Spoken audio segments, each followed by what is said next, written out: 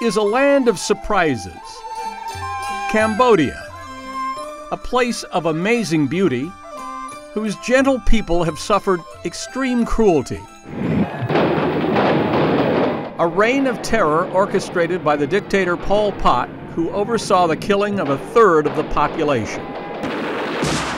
Even before the genocide, life was never easy here, and it remains difficult today. Meet 3-year-old Bunlak Song. Like millions of other Cambodian children, he was born into abject poverty. His mother, unable to care for her son, abandoned him when he was just 2 days old. He was taken in by a family that ekes out a living selling gasoline, and who immediately fell in love with this little boy.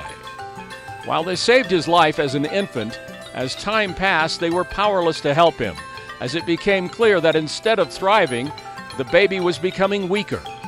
At 6 months, Bunlak was diagnosed with a heart defect. Now meet Peter Chun, the man who's trying to give Bunlak a future. It's been quite a journey for Peter Chun, from a poor village in Cambodia to NBC News in Burbank. When he was a boy, his widowed mother arranged for him to be educated by Buddhist monks, not far from those iconic temples at Angkor Wat. In 1970, when the Vietnam War expanded into Cambodia, drawing the attention of American news organizations, Peter, who at age 22 had been working as a tourist guide, was hired by NBC News as a runner, fixer, interpreter.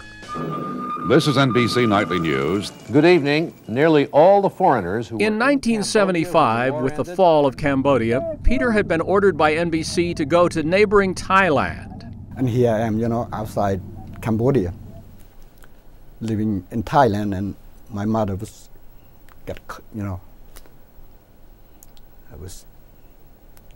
I left her behind.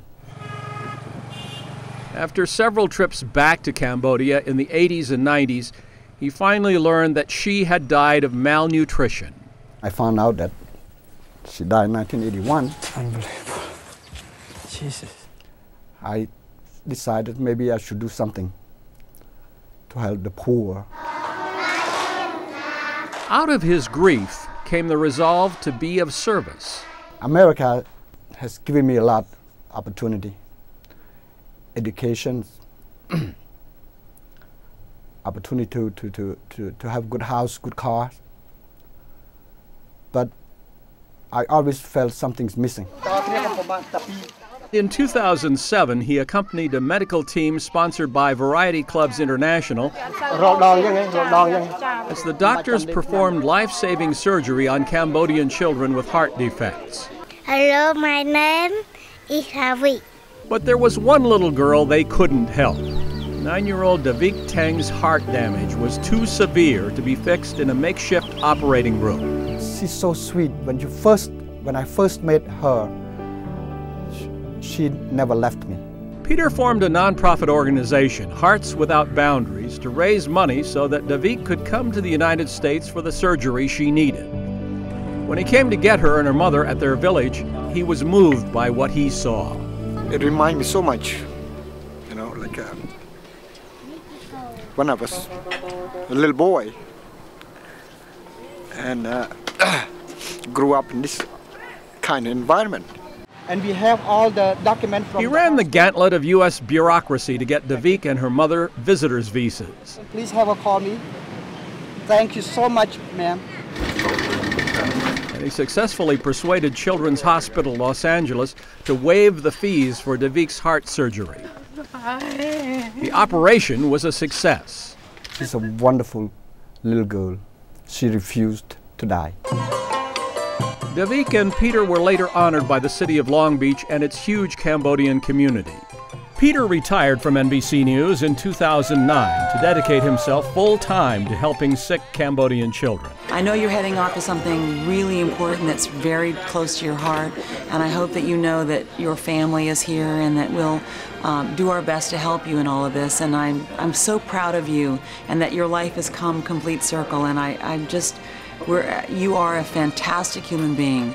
Have a wonderful time in your next part of your journey, and don't be a stranger. We love you.